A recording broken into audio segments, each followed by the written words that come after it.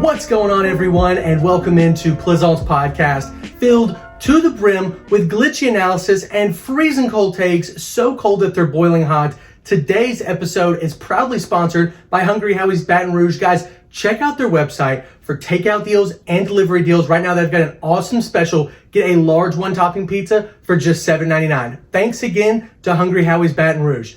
Today, ladies and gentlemen, we're going over so much news. It's been almost a week since we did our last episode, so let's go ahead and dive right into it. We're doing NBA, NFL, college basketball, and college football. Let's start with the NBA.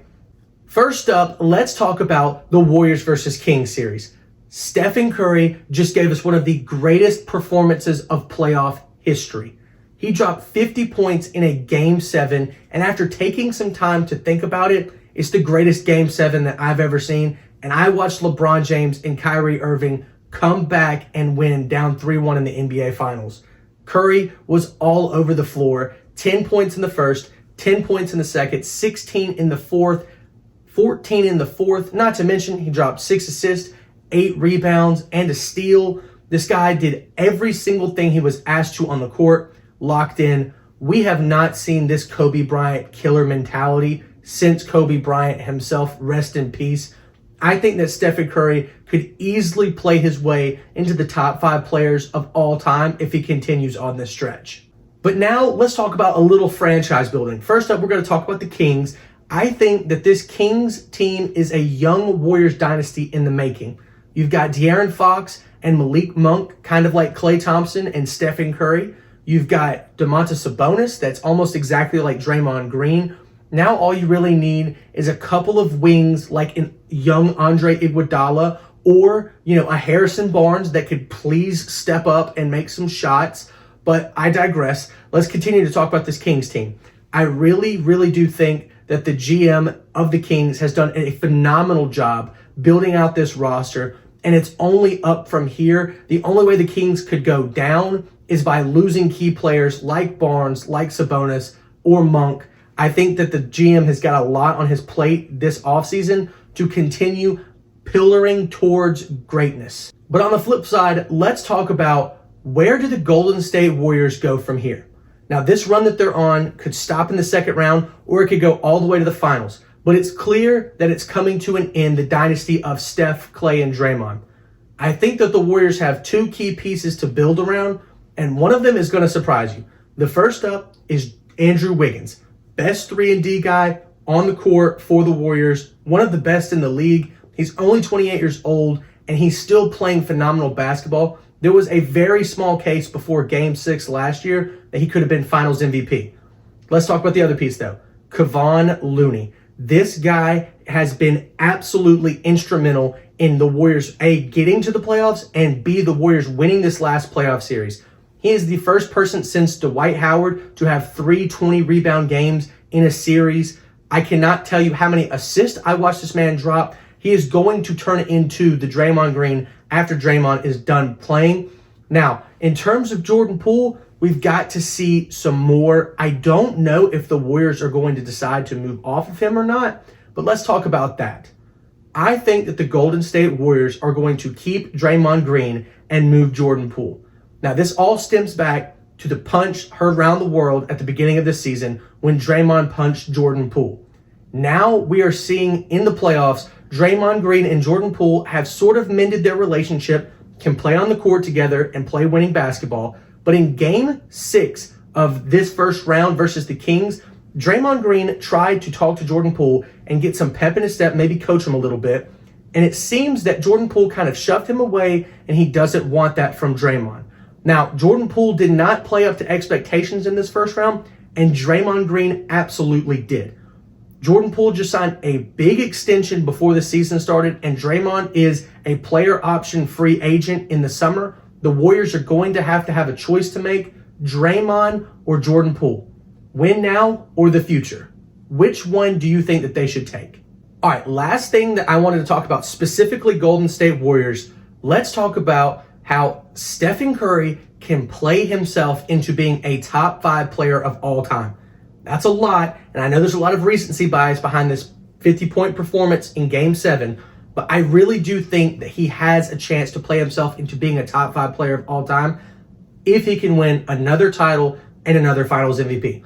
If he can do that, he's a 5-time champion, 2-time Finals MVP, 2-time scoring champion, all NBA, all stars. Like, he's got those accolades, but he is the best shooter of all time, the best off-ball offensive player of all time, and he has changed the game, in my opinion, for the better. I know a lot of people, don't really like his style of play, but his impact on the game is unlike any other player. Unlike Michael Jordan, unlike LeBron, it's different. It's transcending everything that we've ever seen before, and that's why Stephen Curry could be a top 5 player of all time.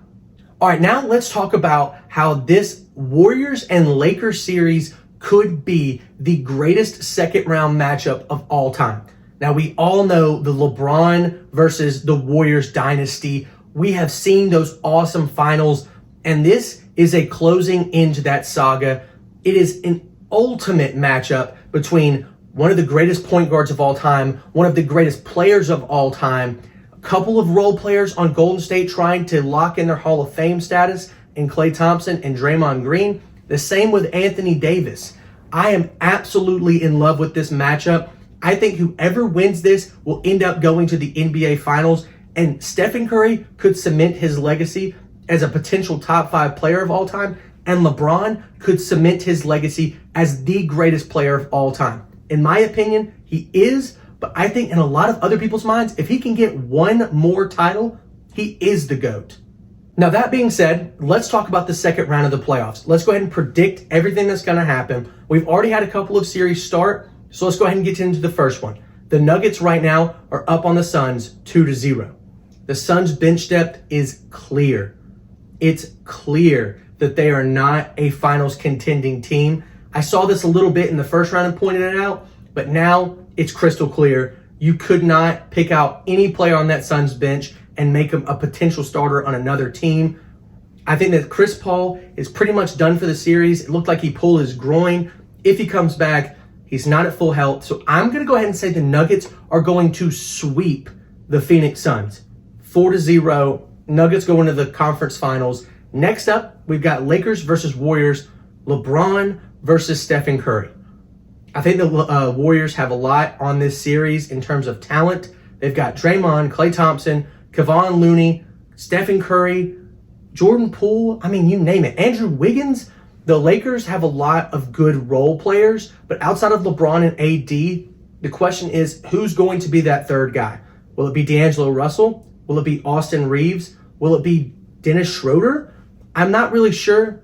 Because I'm not sure, I'm riding with the Warriors in 5. I think that they get the first 2. They maybe lose one, win the next one, and the Lakers home court, and then seal it up at home in Game 5. That's my prediction, Warriors in 5. Now for this Knicks versus Heat series, we're moving on to the Eastern Conference. I think it's going to be a battle of health. Jimmy Butler looked a little hobbled near the end of Game 1. Julius Randle missed Game 1 completely. I think if Julius Randle can come back and Jimmy Butler's a little hurt, the Knicks might win this series. At the same time, I think if Jimmy Butler is healthy and Julius Randle is not 100%, the Heat are going to win the series. My gut says, regardless, Heat are going to win in 6, but I could definitely see the Heat winning in 4 or 5, depending on how Game 1 affects the Knicks in Game 2. Now, moving on, let's talk about Celtics versus 76ers. Embiid is not 100%. It's very clear. The Celtics dropped Game 1 to James Harden, who dropped 45 points in an unprecedented game. I think that's the shock that the Celtics need to get this series going. I'm saying Celtics in 6, but it could be Celtics in 5, depending on whether or not Embiid can come back for games 2, 3, or 4. All right, now let's talk about the NFL. First news up, we're covering everything that happened before the draft, during the draft, and now after the draft. First up, Aaron Rodgers has finally been traded to the New York Jets. Let's talk about if the New York Jets are contenders now that Aaron Rodgers is on the team. In my opinion, no. I'll have to believe it before I see it. Let's talk about all of the quarterbacks and talented teams that are in the AFC. Justin Herbert in the Chargers, Trevor Lawrence in the Jaguars, Patrick Mahomes in the Chiefs, Tua in the Dolphins, Joe Burrow in the Bengals, Josh Allen in the Bills, You got Aaron Rodgers, and you got Lamar Jackson and the Ravens. I mean, you name it. These AFC teams are stacked. I do not buy that Rodgers can come in on this very young team, make that kind of impact at 39, 40 years old, and get to the playoffs. I'm saying that the Jets might miss the playoffs. Now, my greater point in saying all of that is the fact that the AFC is the most stacked conference that we have ever seen in all of professional football. I mean, like I said, Aaron Rodgers, Justin Herbert, Josh Allen, Patrick Mahomes, Trevor Lawrence, Tua, Joe Burrow, Lamar Jackson. That's 8. You've got maybe Deshaun Watson. That's 9 quarterbacks in the AFC. At least 2 of those are going to miss the playoffs. That is absolutely insane. I think any of those QBs in the NFC could easily make the playoffs, let alone probably make the NFC Championship, considering that Jalen Hurts is probably the 9th quarterback on that list in terms of everybody, maybe even the 10th, but I'm not sure. I think that the AFC is going to be an absolute bloodbath this year, and I honestly cannot wait to watch it.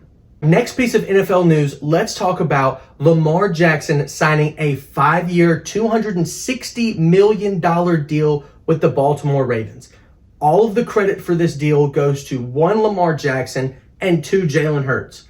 This deal has $179 million guaranteed. That's an absolutely insane amount of money. It's a little bit more than Jalen Hurts, who signed a $255 million deal about 2 weeks ago. And there's a lot of reports that Lamar leveraged that deal with the Ravens to get this type of money. Now, I want to say that I was right in that he was never going to get these fully guaranteed dollars. The owners were going to make sure that no quarterback gets that type of money anymore. But secondly, I want to say that I was wrong because I didn't think Lamar Jackson was going to get this contract from the Ravens. So congratulations to him. I think that the Baltimore Ravens are obviously playoff contenders and definitely could be Super Bowl contenders going into 2023. Next up, NFL draft time. Let's talk about the winners of the 2023 NFL draft. First up, the Cincinnati Bengals. Their offense is on fire and electric. They lost a lot of players on defense, and they answered those problems in the draft. I specifically love their 3rd round pick, Jordan Battle, the safety out of Alabama. I think he could do a really good job of filling Jesse Bates' role now that he's with the Falcons. Jordan Battle is an absolute toolbox kind of guy. You can use him in all different facets of your defense, so I'm a huge fan of that pick. Next up, we had the Houston Texans. They got 2 cornerstone players in Will Anderson and CJ Stroud, 2 of the best 5 players in this draft. They didn't give up the whole farm to get both of these guys, so really happy for the Texans that they won that part of the draft. Next up, the Philadelphia Eagles. This team answered every single question that I had about them in the offseason. A phenomenal job. Howie Roseman is the best GM in the entire NFL. They got a lot of Georgia Bulldogs and a couple of Alabama players. I mean, look, Howie Roseman is a Florida guy. I heard him on a phone call with one of the players that he is just sick and tired of drafting these guys because he's such a big Gators fan. But that's what the Eagles do. They draft the best player in the slot, and that's exactly why they got to the Super Bowl last year, and that's exactly why they're going to get back to the Super Bowl this next year. Last but not least, on my winners of the NFL draft, let's talk about the New England Patriots. Now, they made a lot of Patriots-type picks in terms of drafting a player way above their stock, but they did get Christian Gonzalez, which in my opinion, at pick 17, is a massive win for the Patriots. Christian Gonzalez was my best corner in the draft. I thought he was going to go top 5, maybe top 6, and the Patriots got him all the way down at 17. Tremendous value, huge win for the Patriots, and those are my 4 winners of the NFL draft. Now let's talk about my losers of the NFL draft. And to be honest, there weren't really a lot of losers. I don't like to hate and be negative about certain draft picks, but I would like to point out a few teams that just really kind of missed the ball. First up, the Washington Commanders, the Detroit Lions, and the New York Jets.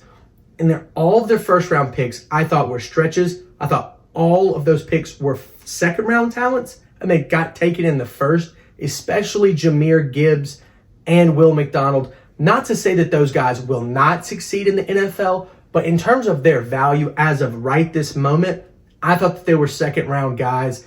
Definitely could be first round guys, and I could be wrong.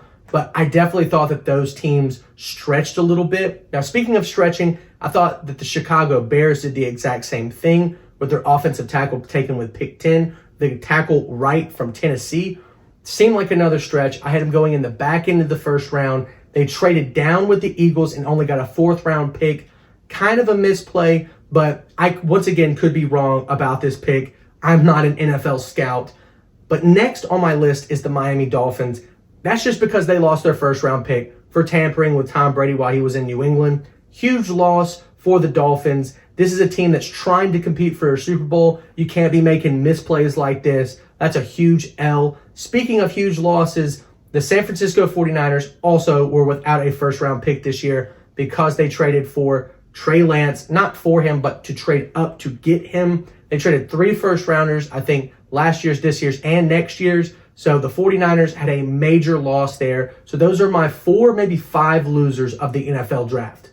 All right, that's going to do it for NFL news. Next up, let's talk about potentially the greatest women's basketball team of all time. That's the LSU Tigers, who just won the national championship. They're bringing back almost their whole lot, specifically Angel Reese, top 5 player in the country, and they just got Haley Van Lith in the transfer portal. She is a guard from Louisville.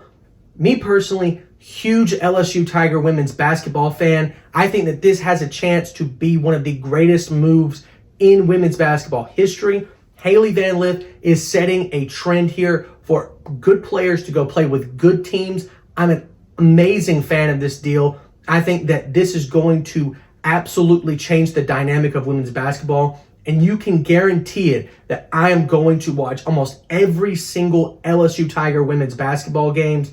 They're going to be absolutely electric, and I definitely see them winning the national championship again next year. Next up, let's talk about college football, specifically first Colorado football. They had 52 players enter the transfer portal over the past week or so. A lot of people are saying, oh, Deion's like losing it. He can't keep the players together. But I wanted to point out that a lot of these players were not going to see the field next year. A lot of these players were from last year's Colorado team. And Deion Sanders basically said when he became the coach that a lot of those players weren't going to be on the team come the summer. And he was exactly right. I think that the Colorado team is going to refill everything in the JUCO transfer and college transfer portal. I definitely see them having a rebound year. I mean, it's hard to not rebound after winning just one game. I think that I have full confidence in Deion Sanders and his ability to actually coach a competent team and win more than just one game. Next up in college football news, Alabama signed Tyler Buchner, the former quarterback of Notre Dame. Alabama also previously hired the offensive coordinator from Notre Dame, brought him to Alabama, and Alabama's quarterbacks do not seem to be buying into this system and succeeding, specifically talking about Ty Simpson and Jalen Milroe. Thus, the sense that Tyler Buchner has been signed. Now, in my opinion, this is a 50-50 move. It seems that Alabama is rolling the dice, trying to figure out whether or not they want to win now to the detriment of the development of Jalen Milroe and Ty Simpson. I definitely think that Alabama loses at least one of those guys in the portal. Tyler Buchner will probably win the quarterback battle. I don't think he transferred to Alabama to get put on the bench or even third string. So like I said, Alabama is in win now mode. They're not development mode. Nick Saban, it's questionable how many more years he has left. So I definitely think this Alabama team made this move because they're trying to win as many national championships as quickly as possible. Last but not least, on our show, we are going to talk about one transfer portal guy. I'm going to try to do this in a few of my series on YouTube. But first up, let's talk about Alton McCaskill, a transfer from Houston. Shout out to Rico Knows. This guy put me on Alton McCaskill. He is an absolute stud. Did not play in last year due to an ACL injury, but in his freshman year, he put up 961 yards, 16 touchdowns, and he was just unbelievable. I could not believe what I was seeing when I watched his highlight tape. I'm so surprised that he's not getting more attention on the national media outlets, but wherever he transfers to, look out because he is going to absolutely tear it up wherever he goes. And that, my friends, is going to do it for this episode of Plizont's podcast. Thank you all so much for tuning in, and we'll see you next time.